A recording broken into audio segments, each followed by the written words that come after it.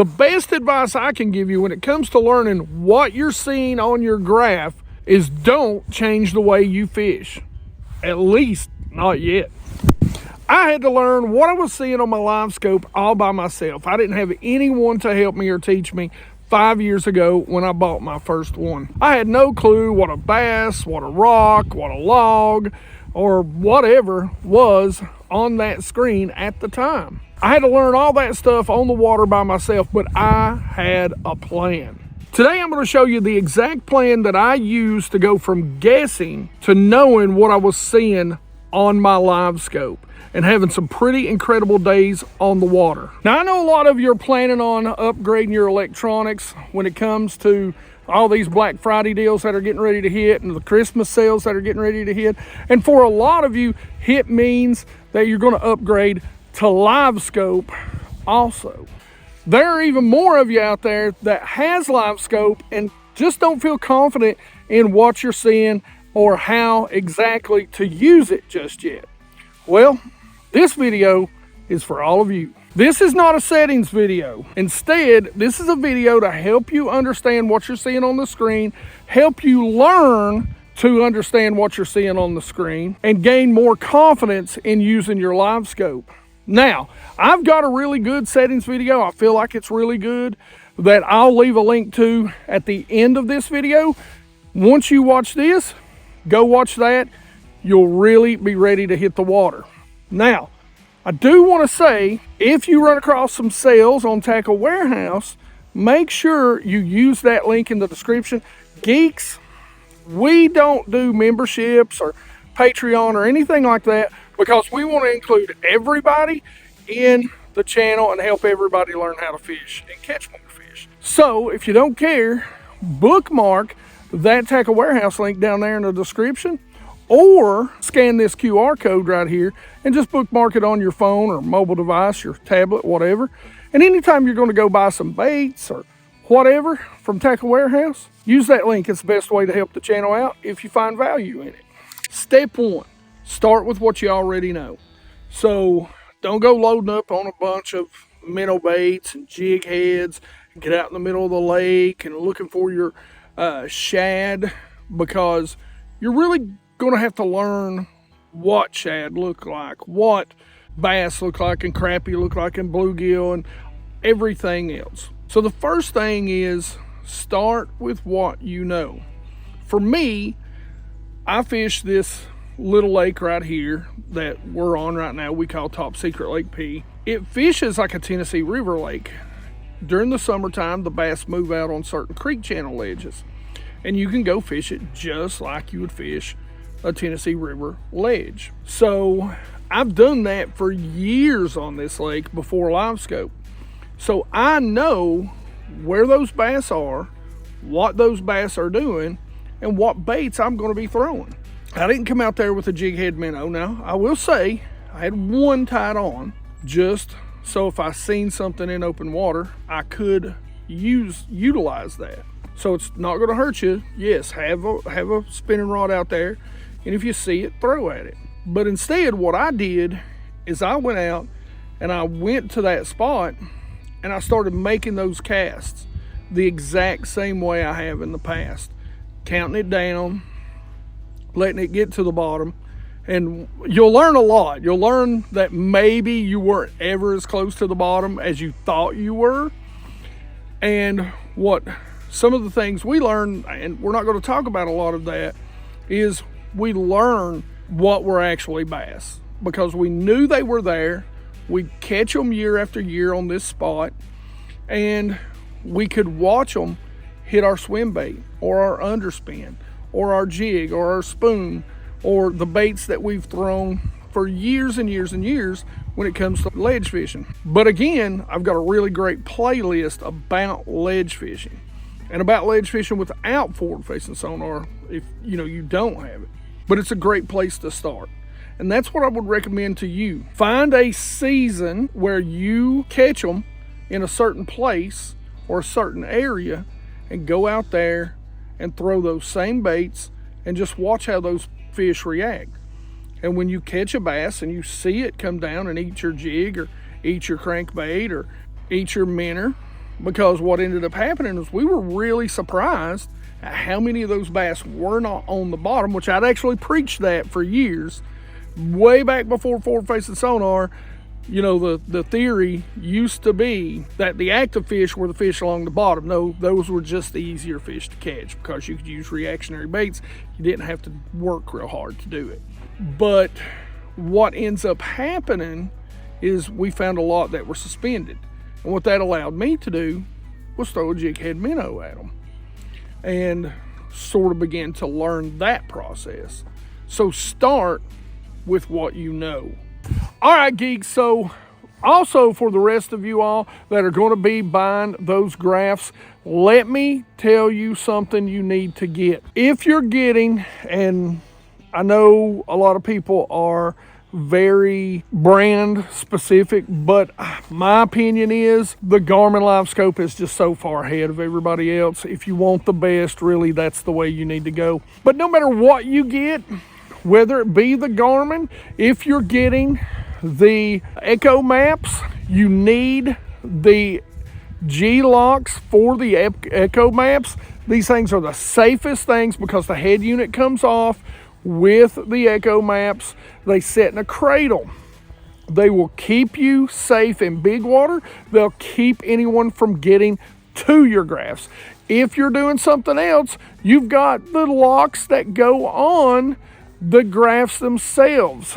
Get 2 of them. They come in a 2-pack. Everything comes with them. Protect your gear. Get those locks and keep them safe. And like I say, it is wintertime. If you don't have boat steps, good boat steps, you need to go check out Boat Effects Boat Steps.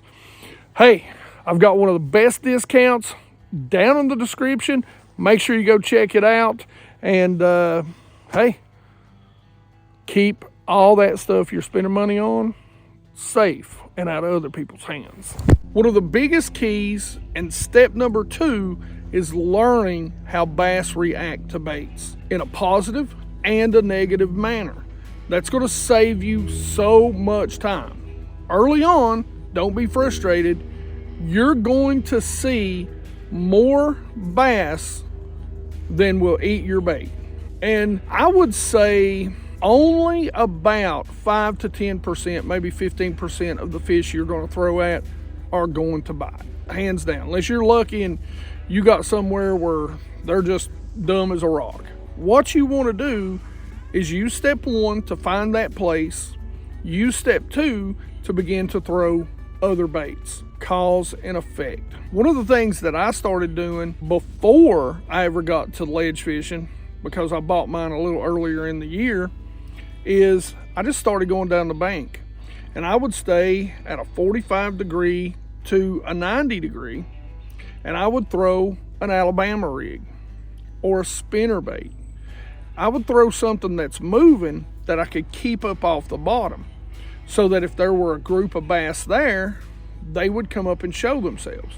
Now they may not bite, but I'm going to learn how to find them, maybe even find a few new spots. I'm going to cover water, and then if they don't bite that moving bait, I can come back and throw a Ned rig, a jig, a worm, a shaky head, whatever else, keep it on the bottom and maybe catch a few of those bass. So cause and effect. When you throw at a bass, see what the bass does, how it reacts, see what the fish does and how it reacts. Because what you're going to learn is, what surprised me, there were a lot of catfish in the spring that were chasing balls of shad. I was blown away by that fact. But that's cause and effect. Think about the bait you're throwing, watch the fish, and see how they react, because that's going to help you understand what bass are, what crappie are, what catfish are, or whatever else you have in your lake. It's going to help you learn not to waste time.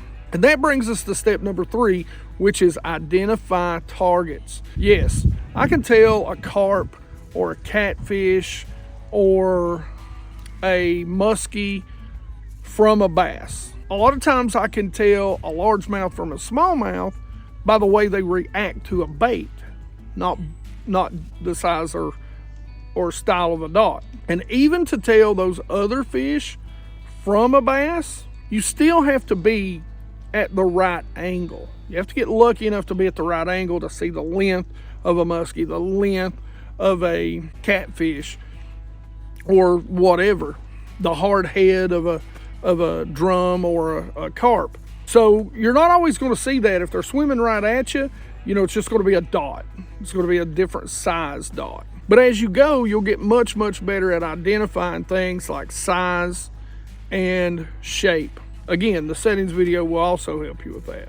As the summer goes on, as I was learning to identify bass and different types of fish and bait fish, some of the things that we did on this lake, it doesn't have a high current rate. So what ends up happening is the thermocline, as the summer gets warmer, continually pushes the bass up. Now, these bass still love to be out over those ledges, so they won't go to the laydowns. There's no grass here. So what they end up doing is they just suspend up. And what ends up happening is the shad suspend up.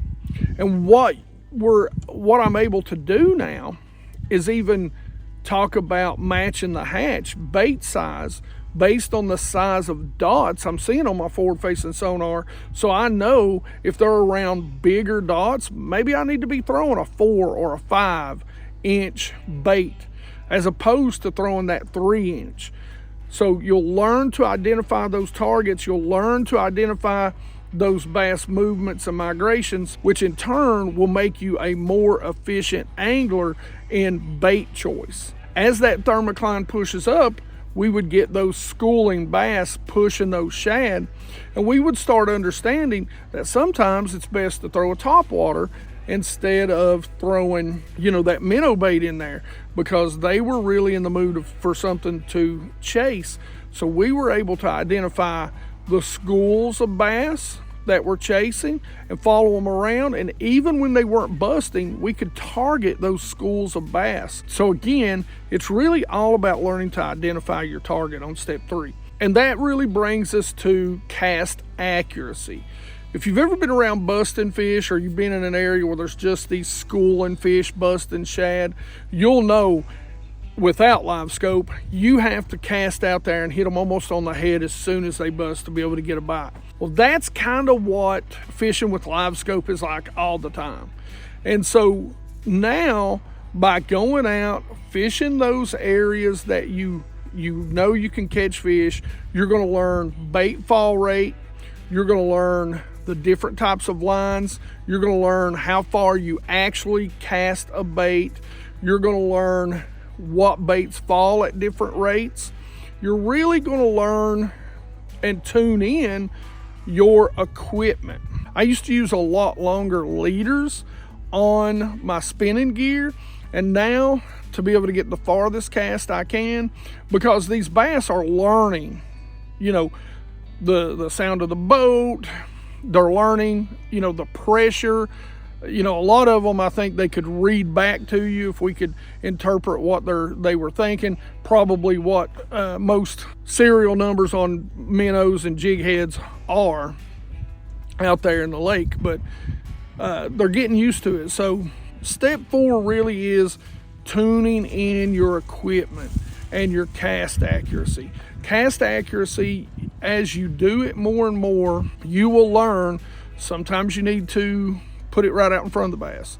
Sometimes you need to go far enough from the bass, cast past them, to keep them from reacting and come up behind them or in front of them. Sometimes you need to drop it right on their heads to make them react to it. I can't tell you, and I've also got a great video on this, the importance of weight and weight for different depth levels when it comes to whether it be your jerk baits or your ball head jigs or your jigs. We were catching bass on jigs by stroking them and getting it down there sometimes fast enough based on species, how quick they're moving.